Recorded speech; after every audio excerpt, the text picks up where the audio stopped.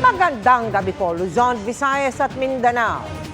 Nakakulong na si dating Pangulong Rodrigo Duterte sa The Hague Penitentiary Institution kung saan sinalubong siya ng mga taga-suporta at mga nagpo-protestang kritiko. Bago niyan ay formal muna siyang iturn over sa International Criminal Court kaugnay ng kasong Crimes Against Humanity dahil sa kanyang madugong gera kontra droga.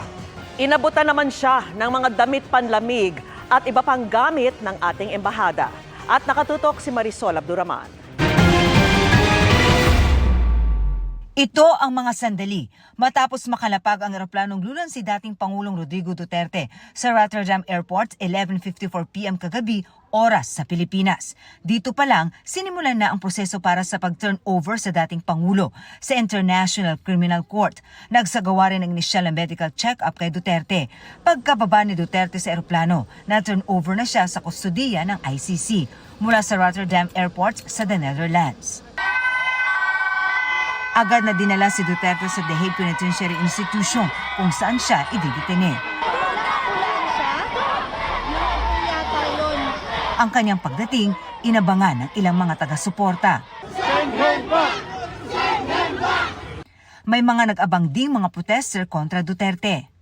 Ayon sa Philippine Embassy sa the Netherlands, nagbigay sila ng winter clothing at care packages kay Duterte at iba pang sakay ng eroplano. Inisyuhan daw ng 2-day visa ang mga kasama ni Duterte para mabigyan sila ng sapat na oras para makapagpahinga.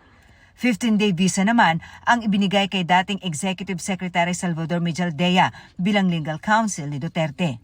Sinabihan na rin ng embassy officials ang mga opisyal ng ICC at Netherlands Ministry of Foreign Affairs tungkol sa medical at physical conditions ni Duterte para matutukan. Ipinagbigay alam na rin daw ito sa ICC medical doctor. Lilitisin si Duterte ng International Criminal Court para sa kasong Crimes Against Humanity dahil sa kanyang madugong gera kontra droga kung saan mahigit 6,000 ang namatay. Ayon kay ICC Chief Prosecutor Karim Khan, ang pagkakaaresto kay Duterte ay isang mahalagang development sa paghahanap ng hustisya ng mga biktima. International law is not as weak as some may think. When we come together, when we work, when we build partnerships, the rule of law can prevail. Sa mga susunod na araw, inaasahang haharap si Duterte sa ICC. Mr. Duterte is presumed innocent.